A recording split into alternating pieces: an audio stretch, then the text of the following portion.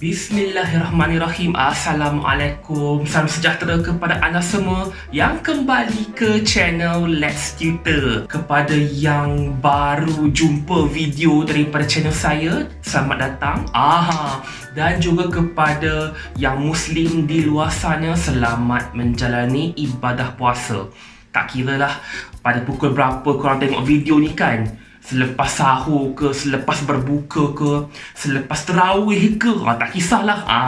Asalkan korang menjalani ibadah puasa di bulan Ramadan dengan penuh keikhlasan. Gitu, keikhlasan. Jadi untuk video kali ini, kita akan sambung lagi sedikit subtopik 5.2 iaitu enzim, dan kita akan masuk subtopik yang terakhir untuk bab 5 iaitu 5.3 aplikasi enzim dalam kehidupan seharian. Kepada yang baru join tu, kepada yang baru join dan belum langgan lagi, belum subscribe, nampak tak butang merah dekat bawah tu, yang petak merah tu kan, klik petak merah tu, subscribe untuk lebih banyak konten-konten biologi dan video-video yang lain. Okey, dah tekan? Okey, jom kita mulakan. Sebelum kita nak masuk 5.3, kita akan habiskan dulu sedikit 5.2. Kali ini kita akan membincangkan faktor-faktor yang mempengaruhi tindakan enzim terhadap suatu tindak balas. Kita ada 4 faktor iaitu suhu, pH, kepekatan substrat dan juga kepekatan enzim. Okey, ada 4 faktor ni. Kita akan go through satu demi satu dan juga eksperimen yang berkaitan. Okey, yang pertama, faktor yang pertama iaitu suhu. Okey, kita ada graf. Sekejap, saya lukis dulu graf. Okey, dekat sini saya dah lukis satu graf. Graf kadar tindak balas melawan suhu. Okey, kita akan membincangkan faktor suhu ni based on graf yang kita lukis ni. Pada suhu yang rendah, pada suhu yang rendah, kadar tindak balas pun rendah juga. Kadar tindak balas yang dimangkinkan oleh enzim juga adalah rendah. Tetapi apabila suhu meningkat, kadar tindak balas yang dimangkinkan oleh enzim juga meningkat. Kenapa? Apabila suhu meningkat, suhu naik, tenaga kinetik kedua-dua molekul substrat dan juga enzim juga turut meningkat. Jadi apabila tenaga kinetik meningkat, jadi berlakunya lebih kerap, berlakunya peningkatan frekuensi pelanggaran berkesan oleh kedua-dua molekul substrat dan juga enzim. Frekuensi pelanggaran berkesan. Apa tu? Frekuensi pelanggaran berkesan, bermaksud ialah kekerapan pelanggaran antara substrat dan juga enzim untuk menghasilkan suatu tindak balas. Itu kita panggil sebagai frekuensi pelanggaran yang berkesan. Berkesan itu maksud dia menghasilkan tindak balas lah. Menghasilkan tindak balas. Bagi setiap kenaikan suhu sebanyak 10 degree Celsius, bagi setiap kenaikan suhu 10 degree Celsius, peningkatan kadar tindak balas meningkat 2 kali ganda.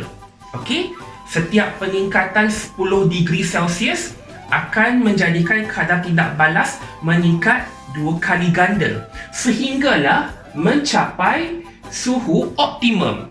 Yang titik maksimum ni kan, titik maksimum dekat sini ni, ini ialah suhu optimum.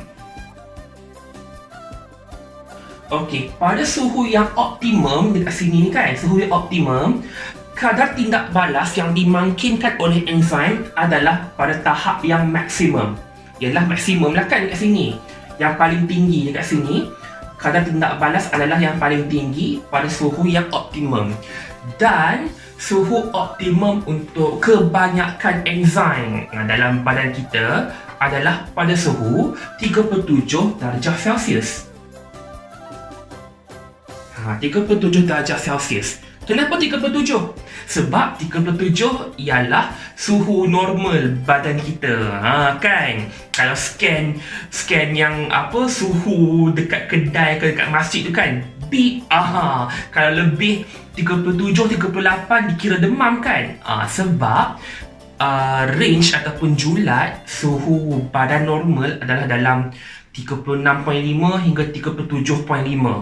Senang cerita 37 lah. Lebih 37 ataupun 38 dikira sebagai demam.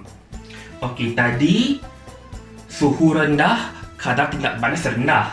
Suhu meningkat, kadar tindak balas pun meningkat disebabkan oleh berlakunya peningkatan tenaga kinetik dan meningkat juga frekuensi pelanggaran berkesan oleh kedua-dua molekul substrat dan juga enzim. Tetapi apabila berlakunya peningkatan suhu melepasi suhu yang optimum, maksudnya lebih 37 lah, lebih 37, kadar tindak balas akan menurun dengan mendadak. Dia akan menurun dengan mendadak dan akan terhenti pada suhu 60 darjah Celsius. Okey, kenapa suhu 60 darjah Celsius? Kenapa kadar tindak balas oleh enzim terhenti pada suhu 60 darjah Celsius? Disebabkan oleh pada suhu ini enzim menjadi ternyah asli. Enzim ternyah asli ataupun dalam English kita panggil sebagai denatured. Okay, the enzymes has already been denatured. Enzim ternyah asli ataupun denatured itu bermaksud ikatan kimia dalam molekul enzim telah pun putus ataupun pecah. Ikatan kimia dalam molekul enzim tu dah terurai, dah pecah. Jadi enzim tu rosak lah. Disebabkan oleh suhu yang terlampau tinggi. Enzim ni tak boleh suhu yang terlampau tinggi. Kalau terlampau tinggi, ikatan kimia molekul enzim tu akan terputus dan menyebabkan enzim itu rosaklah. Seperti rosaklah. Apa yang dimaksudkan dengan rosak itu? Okey, bila ikatan kimia terputus dalam molekul enzim, maka bentuk tapak aktif pada enzim juga berubah. Bentuk dia tetap macam tak saling berpelengkap dengan substrat sebab ikatan kimia dah terputuskan pada molekul enzim. Bila tapak aktif berubah bentuk ataupun tidak dapat mengekalkan bentuk asal, jadi substrat pun tidak boleh bergabung dengan enzim sebab tidak saling berpelengkap. And then tindakan enzim pun terhenti. Ialah dah enzim pun dah rosak. Bentuk tapak aktif dia dah tak saling berpelengkap dengan substrat disebabkan oleh ikatan kimia, oleh ikatan kimia, chemical bond dalam enzim tu dah terputus, dah terurai, dan dia dah rosak. Jadi tindakan enzim pun terhenti setakat suhu 60 darjah Celsius. Kita ada juga eksperimen untuk mengkaji kesan suhu terhadap enzim. Okey, untuk eksperimen ini kita akan mengkaji kesan suhu yang berbeza terhadap enzim amylase. Cara nak buat senang sahaja. First, sediakan 5 tabung uji dan labelkan A1, B1, C1, D1, E1. Okay, A1, B1, C1, okay, dan seterusnya sampai E. Setiap tabung uji itu isikan dengan 5 ml ampaian kanji, starch suspension. Okay, dah masukkan 5 ml ampaian kanji. Letak tepi, ambil 5 test tube baru, ambil 5 tabung uji baru, labelkan dengan A2, B2, C2, D2, E2. A2, B2, C2 sampailah E. Kemudian masukkan 2 ml larutan enzim amylase ke dalam setiap tabung uji A2, B2 dan seterusnya. Selepas itu, letak tepi. Selepas itu, sediakan kukus air yang bersuhu 20, 30, 40, 50 dan juga 60 degree Celsius. Sediakan kukus air. Kemudian, rendamkan tabung uji A1 dengan A2 dalam suhu 20 degree. B1 dengan B2 dalam suhu 30 degree. C1 dengan C2 dalam suhu 40 degree, D1, D2 dalam suhu 50 degree, dan yang terakhir E1 dengan E2 dalam kukus air 60 degree Celsius.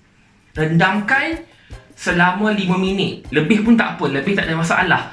Rendamkan at least selama 5 minit. Sementara tunggu nak rendam tu kan 5 ke 10 minit macam tu kan, ambil satu jubin yang berlekuk. Dia jubin, lepas tu ada lubang-lubang tu. Okey, isikan setiap lekuk tu, isikan setiap lubang itu dengan titisan iodin. Iodin yang warna kuning tu kan. Okey, titiskan iodin ke dalam setiap lubang-lubang tu. Selepas 5 minit, selepas dah rendam 5 minit, kita mulakan dengan yang A dulu. Ambil tabung uji A1, okey, yang ampaian kanji tu, tuangkan ke dalam tabung uji A2. Tuangkan ampaian kanji A1 ke dalam amylase dalam A2. Dan lepas tuang tu, jangan biar kat luar lah, teruskan rendam dalam kukus air tu. Okey, ambil rod kaca, glass rod, kacau dan mulakan stopwatch dengan segera. Dan ambil penitis, ambil sedikit sampel campuran tadi tu, dan segera pindahkan setitik sampel itu ke dalam lekuk jubin yang pertama yang berisi iodin tu. Okey, lekuk yang pertama tu dikira sebagai minit yang kosong lah. Okey, minit yang sifar, lekuk yang pertama. Ulang pengambilan sampel itu kan, ulang pengambilan sampel untuk campuran A1, A2 tu, ulang setiap 30 saat. Okey, ulang setiap 30 saat. Okey, untuk kita jalankan ujian iodin. Kita sebenarnya menjalankan ujian iodin pada jubin yang berlekuk tu. Bila kita jalankan ujian iodin, campuran akan bertukar menjadi warna biru gelap jika adanya kehadiran kanji. Okey, jika adanya kehadiran kanji. Kita nak ulang setiap 30 saat sampailah campuran itu tak berubah warna, kekal menjadi kuning. Okey, bila kekal menjadi kuning, bermaksud kanji telah pun selesai dihidrolisis. Kanji telah pun selesai diurai oleh larutan amylase yang dicampur tadi tu. Kita nak ulang kita nak ulang ambil sampel setiap 30 saat sampailah larutan itu tak berubah warna. Bila tak berubah warna, maksudnya kanji dah tak ada lah. Kanji dah tak ada, dah diurai menjadi maltosa. Jadi setiap lekuk tu lekuk yang pertama kosong, lekuk yang kedua 0.5 minit, lekuk yang ketiga seminit, lekuk yang keempat 1.5 minit. Begitulah, dan kita ulang setiap 30 saat. Okey. Selepas kita dah ulang sampailah larutan itu tak berubah warna, kekal menjadi warna kuning, rekodkan masa yang diperlukan. Rekodkan masa yang diperlukan untuk amylase itu menguraikan ataupun menghidrolisis kanji dengan sepenuhnya untuk A1, A2 tu. Selepas itu ulang untuk B1, B2, C1, C2 dan seterusnya sampai E. Rekodkan. Kemudian kita boleh plot graf daripada data yang telah kita kumpul. Kita boleh plot graf kadar tindak balas melawan suhu. Suhu yang kita pakai antara 20 hingga 60 darjah Celsius. Okay, senang saja eksperimen kesan suhu terhadap enzim amylase. Okay, itu faktor yang pertama, suhu. Faktor yang kedua iaitu pH. pH value, nilai pH.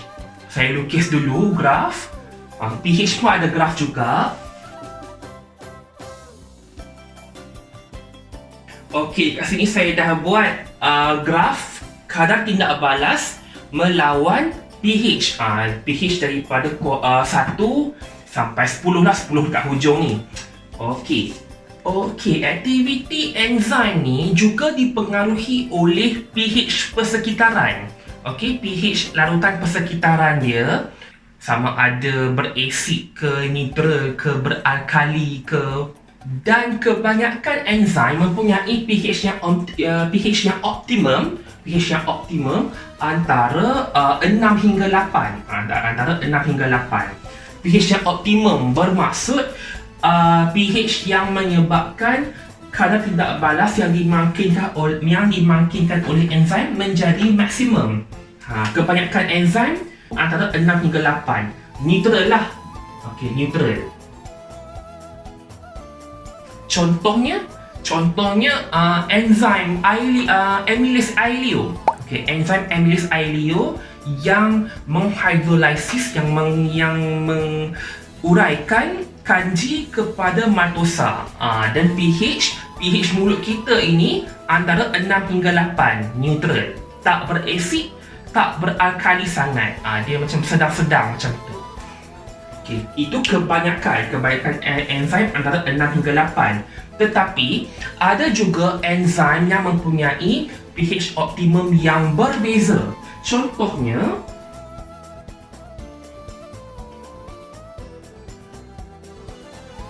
contoh dekat sini, graf yang warna hijau ni. Graf yang warna hijau ni mempunyai pH yang optimum, julat pH yang optimum antara lebih kurang 1 hingga 3 ataupun 1 hingga 4 macam itulah. Okey, pH yang rendah bermaksud medium yang berasid lah kan. Kalau kat sini berasid. Apa enzim ni? Enzim ni ialah enzim pepsin. Enzim pepsin. Pepsin ialah sejenis enzim protease, enzim yang menguraikan protein, dan pepsin ini dihasilkan oleh sel perut. Kan perut kita kan berasid kan, perut menghasilkan asid hidroklorik kan, dan perut kita menghasilkan asid hidroklorik untuk mengaktifkan enzim pepsin untuk menguraikan protein dalam perut. Ini pepsin. Pepsin mempunyai pH optimum yang rendah antara 1 hingga 3 macam tu. Selepas itu kita ada juga untuk sekitar kat sini, lebih kurang kat sini. Okey, graf oren ni apa pula? Okey, graf oren ini pula mempunyai pH yang optimum antara 8.5, 8, 9 macam tu. Sedikit beralkali. Dan enzim ini adalah enzim trypsin. Trypsin juga ialah sejenis enzim protease, iaitu enzim yang menguraikan protein. Dihasilkan oleh pankreas untuk menguraikan protein dalam duodenum. Ini trypsin. Okey, trypsin medium dia adalah medium beralkali. Kalau pepsin medium yang berasid, tetapi kebanyakan enzim adalah medium yang neutral antara 6 hingga 8. Okey. Ini kalau pH lah, simple je. Okey, pepsin, trypsin, lepas itu kebanyakan enzim dekat kawasan yang neutral. Mengapa pH merupakan salah satu faktor yang mengubah tindakan enzim? Sebab pH ni, nilai pH persekitaran akan mengubah cas pada tapak aktif enzim tersebut. Sebagai contoh, pH yang rendah mempunyai kepekatan ion hidrogen yang lebih tinggi. Ion hidrogen yang lebih tinggi bermaksud medium yang berasid lah. Ion H+ tu kan. Ion hidrogen kan positif kan. Ion hidrogen bercas positif, jadi dia akan mengganggu cas yang original, cas asal pada tapak aktif enzim tersebut. Dan apabila cas tapak aktif tu berubah, substrat dengan enzim tak boleh bergabung untuk membentuk kompleks enzim substrat. Apabila pH persekitaran kembali kepada normal, barulah tindakan enzim akan kembali pulih, disebabkan oleh cas pada tapak aktif enzim tu kembali normal lah, kembali kepada cas yang normal. Tetapi apabila perubahan nilai pH adalah terlalu ekstrim, iaitu luar daripada julat optimum, julat pH yang optimum. Apabila perubahan nilai pH yang terlalu ekstrim, enzim juga akan ternyah asli. Disebabkan oleh kepekatan ion hidrogen yang berbeza itu akan memutuskan rantai-rantai ikatan kimia dalam molekul enzim. pH yang berubah terlalu drastik pun akan menyebabkan enzim ternyah asli. Untuk eksperimen mengkaji kesan pH ni, kita akan mengkaji terhadap enzim pepsin. Sebab pepsin ni kan adalah enzim yang berasid kan. Senang kita nak membentuk suatu medium yang berasid. Okey. First, sediakan dan labelkan 3 tabung uji PQR. Dalam buku teks bagi PQR, tapi suka hatilah nak label ABC ke kan, ABC ke XYZ ke tak kisah. Tapi dalam buku teks kata PQR, okey tak apa. Selepas itu isikan lebih kurang 5 ml ampayan albumen suspension dalam setiap tabung uji PQR itu. Kemudian tambahkan ke dalam tabung uji P, tambahkan 1 ml asid hidroklorik 0.1 molar dan juga 1 ml larutan enzim pepsin. Itu untuk mewakili medium yang berasid sampel yang berasid sebab pakai asid hidroklorik. Okey, itu untuk P. Dalam tabung uji Q, tambahkan 1 ml air suling dan juga 1 ml larutan enzim pepsin untuk mewakili medium yang neutral. Okey, letak tepi. Dalam tabung uji R, tambahkan 1 ml natrium hidroksida, sodium hydroxide. Itulah NaOH. NaOH tu, natrium hidroksida itu dengan kepekatan 0.1 molar dan juga 1 ml larutan enzim pepsin. Dah masukkan ke dalam PQR itu. Kemudian celupkan kertas pH ke dalam setiap tabung uji PQR untuk kita rekodkan berapa nilai pH setiap tabung uji itu. Selepas dah test dengan pH, dengan kertas pH, berapa pH setiap tabung uji itu, kita rendamkan ketiga-tiga tabung uji PQR dalam kukus air. Still dalam kukus air, tapi ketiga-tiga tabung uji ni suhu air yang sama. Kukus air yang sama pada suhu 37 darjah Celsius. Rendamkan selama lebih kurang 20 minit. Dan buat pemerhatian pada awal-awal rendam tu, pada awal eksperimen, dan pemerhatian selepas 20 minit. Perhatikan dan rekodkan apa yang berlaku ke dalam setiap tabung uji PQR tu. Okey, P itu PQR pada awal eksperimen, apa yang terjadi, dan PQR selepas 20 minit. Kita perhatikan dan rekodkan apa yang terjadi ke dalam setiap tabung uji PQR tu. Itu sahaja step-step untuk eksperimen kesan pH terhadap enzim pepsin. Itu sahaja untuk pH. Selesai untuk pH.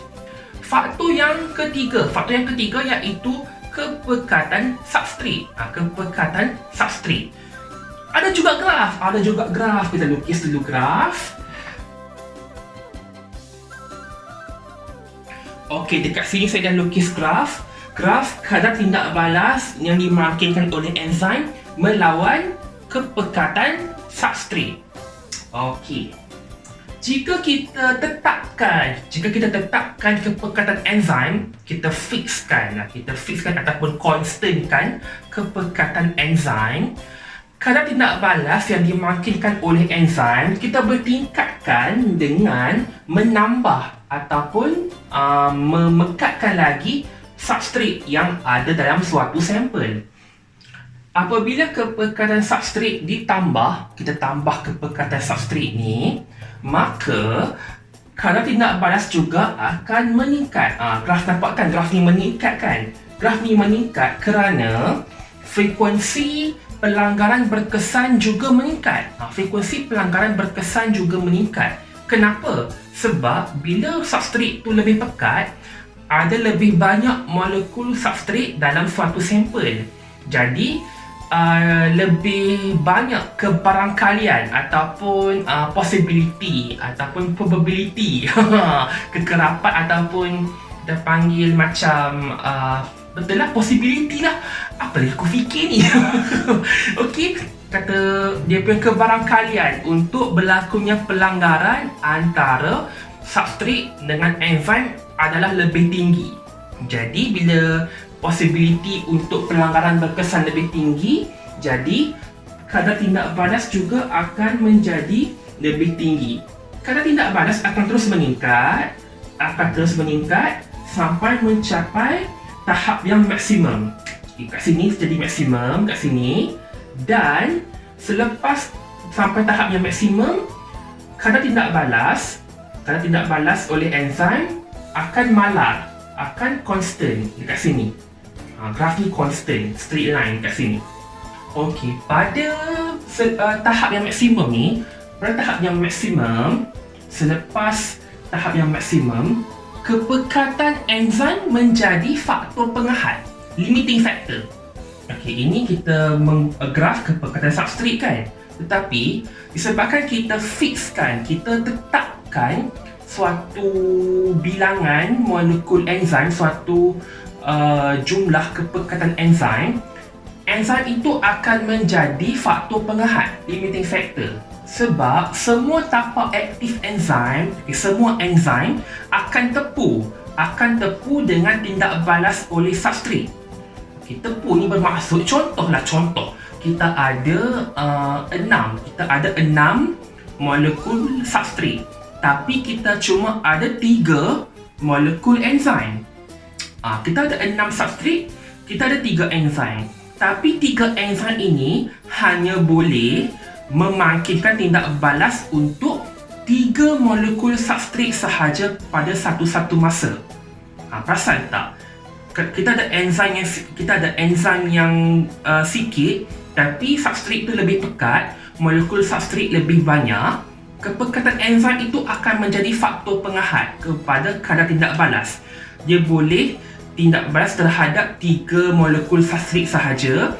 Lepas 3 molekul ni habis, baru dia boleh mangkinkan next 3 molekul substrate yang ada. Sebabkan itu, enzim menjadi faktor pengahat. Dan kadar tindak balas akan terus menjadi malar, tetapi kita boleh tingkatkan kadar tindak balas jika kita menambah kepekatan enzim. Kepekatan enzim tu limiting factor kan, faktor pengahat. Jadi untuk tingkatkan kadar tindak balas, kita perlu tingkatkan juga kepekatan enzim untuk membolehkan tindak balas itu lebih naiklah, lebih meningkat. Okey, itu sahaja untuk faktor kepekatan substrate. Okey, next ialah faktor kepekatan enzim. Graf yang hampir sama.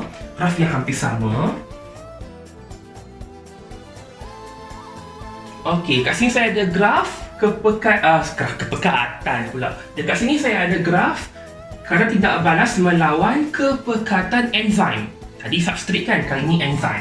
Okey. Bila kepekatan enzim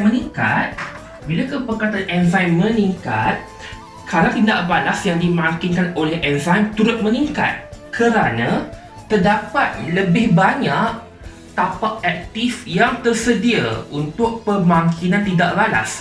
Ialah kita pekatkan lagi enzim, kita tambah lagi molekul enzim dalam suatu sampel. Jadi lebih banyak tapak aktif yang ada, lebih banyak tapak aktif yang tersedia untuk molekul substrate menjalani tindak balas untuk menghasilkan produk. Tetapi seperti substrate juga, bila kepekatan enzim ni kita tambah, tindak balas pun bertambah sampai tahap maksimum. Sampai tahap maksimum dia akan jadi malar, dia akan menjadi constant. Kali ini kali ini kepekatan substrate menjadi faktor pengahad. Substrate concentration becoming the limiting factor for this kind of case lah.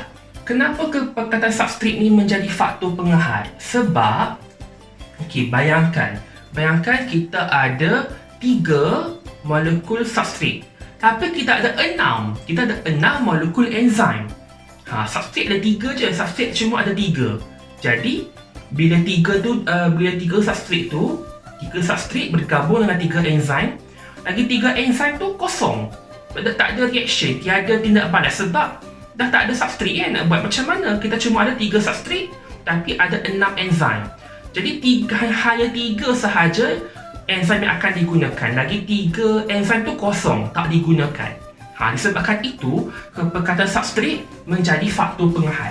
Dan seperti kes tadi juga, untuk tingkatkan kadar tindak balas dalam kes ini, kita perlu menambah kepekatan substrate.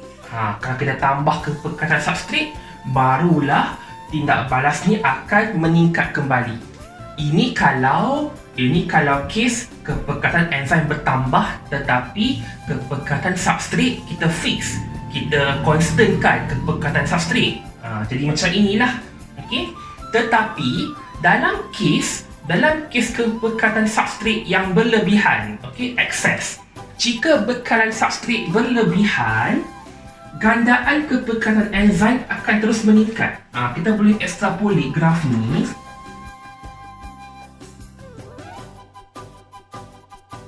Kalau tadi ni graf yang constant ni kepekatan substrate terhad. Tetapi jika kes kepekatan substrate berlebihan, terdapatnya berlebihan substrate dan kita tambah kepekatan enzim, kadar tindak balas yang dimakinkan oleh enzim akan terus meningkat. Dia akan terus berganda. Gandaan kepekatan enzim akan terus meningkatkan kadar tindak balas dalam kes kepekatan substrate yang berlebihan. Kalau dalam buku teks dia cakap gandaan jumlah substrate yang ditukar kepada produk dalam unit masa. Panjang kan? Sebenarnya itu maksudnya ialah kadar tindak balas. Kadar tindak balas definisi dia. Itu definisi. Definisi kadar tindak balas ialah jumlah substrate ataupun bilangan, tak kisahlah jumlah ke bilangan kan, jumlah substrate yang ditukar menjadi produk per unit masa. Sebab kadar kan, kita nak kira over time, per masa. Jadi sebabkan itu definisi dia per unit masa. Itu definisi kadar tindak balas. Jadi jangan confuse lah kalau terbaca ayat tu kan, dalam buku teks tu kan, meningkatkan jumlah substrate yang ditukar kepada produk dalam unit masa. Itu secara simpelnya kadar tindak balas. Itu sahaja untuk 5.2 faktor-faktor mempengaruhi enzim. Itu sahaja, kita ada 4 tadi tu. Kita dah discuss. Sekarang kita boleh masuk ke dalam subtopik 5.3. 5.3 aplikasi enzim. Senang sahaja. Enzim kita tahu, enzim dihasilkan oleh sel dan digunakan oleh organisma untuk menjalankan proses hidup. Itu kalau dalam organisma. Tetapi enzim juga telah digunakan dalam kehidupan seharian, dalam industri, dalam perkilangan. Enzim-enzim yang digunakan dalam kilang, dalam industri itu sama ada diekstrak daripada organisma hidup macam bakteria, ataupun enzim itu dihasilkan secara sintetik, dihasilkan dalam makmal. Sebagai contoh dalam bidang perubatan, kita ada pil suplemen enzim pencernaan. Dalam bidang perubatan, bidang farmasi macam tu, diorang ada juga rilis ubat, atau bukan ubat, dia pil suplemen yang mengandungi enzim pencernaan untuk membantu orang-orang yang mengalami masalah ketidakhadaman lah. Enzim ada dijual pil digestive enzyme dalam bentuk pil-pil. Itu bidang perubatan.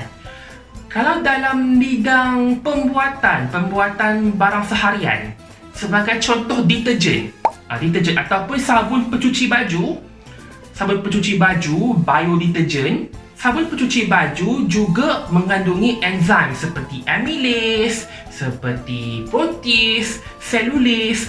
Enzim-enzim ini dimasukkan sekali ke dalam sabun pencuci baju. Kenapa? Ia untuk menghapuskan kotoran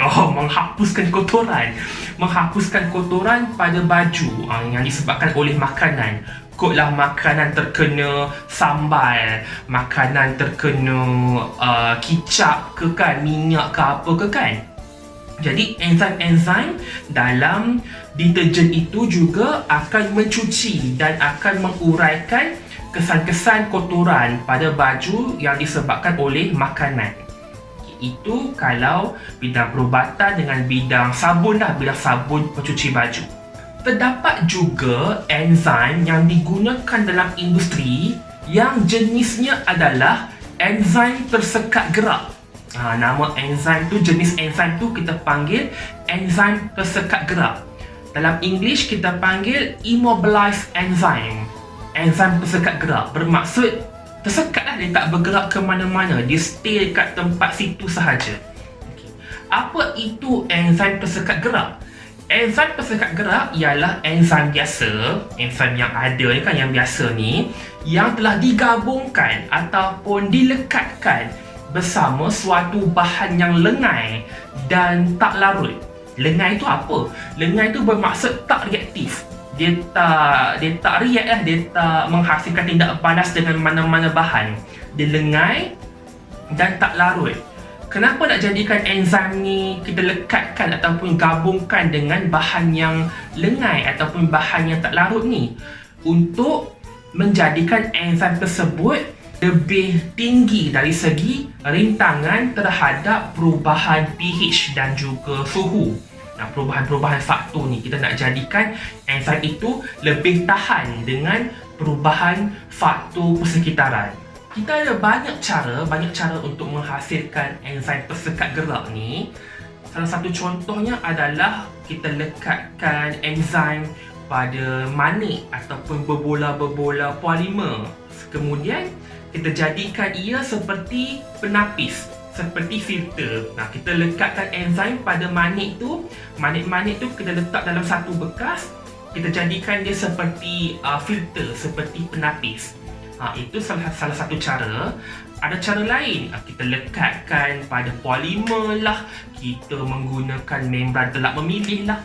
Ada macam-macam cara untuk menghasilkan enzim tersekat gerak. Dah nama dia pun tersekat gerak, jadi ia akan berada di kedudukan yang sama sepanjang pemangkitan tindak balas berlaku. Dan enzim tersekat gerak juga akan mudah untuk diasingkan. Dia akan mudah diasingkan daripada produk yang terhasil selepas tindak balas. Ialah kita tak nak enzim itu tercampur dengan produk yang kita nak. Tadi tu sabun dengan ubat, kita campurkan enzim tersebut dalam produk. Kali ni kita nak aplikasikan enzim, tapi kita nak produk sahaja. Kita tak nak enzim ada dalam produk kita. Teknologi ini kita panggil sebagai teknologi imobilisasi enzim. Enzyme immobilization technique. Itulah imobilisasi. Enzim tersekat gerak itu immobilize enzim kan. Imobilisasi, teknologi imobilisasi enzim. Sebagai contoh, ada banyak produk yang telah dihasilkan melalui teknologi imobilisasi enzim. Salah satunya adalah dalam industri fashion. Dalam industri fashion, untuk produk-produk kulit, untuk leather boots ke, bag kulit ke kan, jaket kulit ke, enzim yang digunakan adalah enzim tripsin tersekat gerak. Enzim tripsin tersekat gerak ini digunakan untuk mengasingkan bulu daripada kulit haiwan untuk menghasilkan produk kulit lah. Kan produk kulit kan semata-mata kulit sahaja kan, tak ada bulu kan. Cara nak asingkan bulu daripada kulit itu industri akan menggunakan enzim tripsin yang tersekat gerak lah. Okey, itu kalau dalam fashion. Dalam bidang pemakanan, contohnya kita ada susu bebas laktosa. Susu bebas laktosa. Jadi, kilang akan menggunakan enzim laktis. Kilang akan menggunakan enzim laktis yang tersekat gerak. Okey, laktis itu akan menguraikan laktosa lah. Kenapa kena nak hasilkan susu yang tiada laktosa ni? Sebab ada orang yang mengalami masalah ketidakhadaman laktosa. Kalau minum je susu biasa nanti sakit perut. Sebab perut tak boleh nak hadam laktosa. Jadi, ada juga susu yang dihasilkan yang bebas laktosa. Bebas laktosa bermaksud kita uraikan laktosa menggunakan laktis dalam kilang. Itu susu. Kemudian dalam bidang penghasilan jus buah-buahan. Rahul jus. Rahul jus. Kita menggunakan enzim pektinis dan juga enzim selulis. Pektinis dengan selulis ini tersekat gerak juga, tetapi membantu untuk menghasilkan ataupun mengekstrak jus daripada buah-buahan dengan lebih cepat. Itu pektinis dengan selulis untuk jus buah-buahan. Dan yang ketiga, dalam industri makanan laut, industri seafood, protease, enzim protease, tak kisahlah tripsin ke peksin ke kan. Protease, enzim yang menguraikan protein ini digunakan untuk mengasingkan kulit ikan daripada isi ikan. Instead of siang pakai manual kan, siang secara manual, mereka menggunakan enzim protease, enzim yang menguraikan protein untuk mengasingkan kulit ikan dengan isi ikan. Kot lah nak buat nugget ikan ke kan, filet ikan ke. Dengan cara itu, kulit ikan dapat diasingkan. Selesai untuk aplikasi enzim dalam kehidupan seharian. Sikit je, ada 1, 2, 3, ada lebih kurang 5 ataupun 6 contoh sahaja yang korang perlu tahu. Yang korang perlu tahu, yang mungkin boleh disoal dalam soalan kertas 1 ke kertas 2 ke kan. Okey, itu sahaja untuk bab 5 untuk biologi tingkatan 4. Dah habis dah metabolisme dan enzim ni. Next video kita akan continue dengan bab 6. Seperti biasa, saya akan tinggalkan dengan link latihan kefahaman untuk subtopik video ini dan juga link untuk latihan keseluruhan bab 5. Saya akan ambil daripada soalan trial 2020 dan saya akan kumpulkan dan buat untuk latihan kefahaman keseluruhan bab 5. Try jawab, lepas jawab submit, terus boleh check soalan mana betul, soalan mana yang salah. Itu sahaja daripada saya. Untuk video-video yang lain daripada channel ini, boleh klik di sebelah sini. Dan untuk yang belum subscribe lagi, subscribe dengan klik di sebelah sini. Okey. Kita jumpa lagi dalam video yang akan datang. Selamat berpuasa dan Assalamualaikum.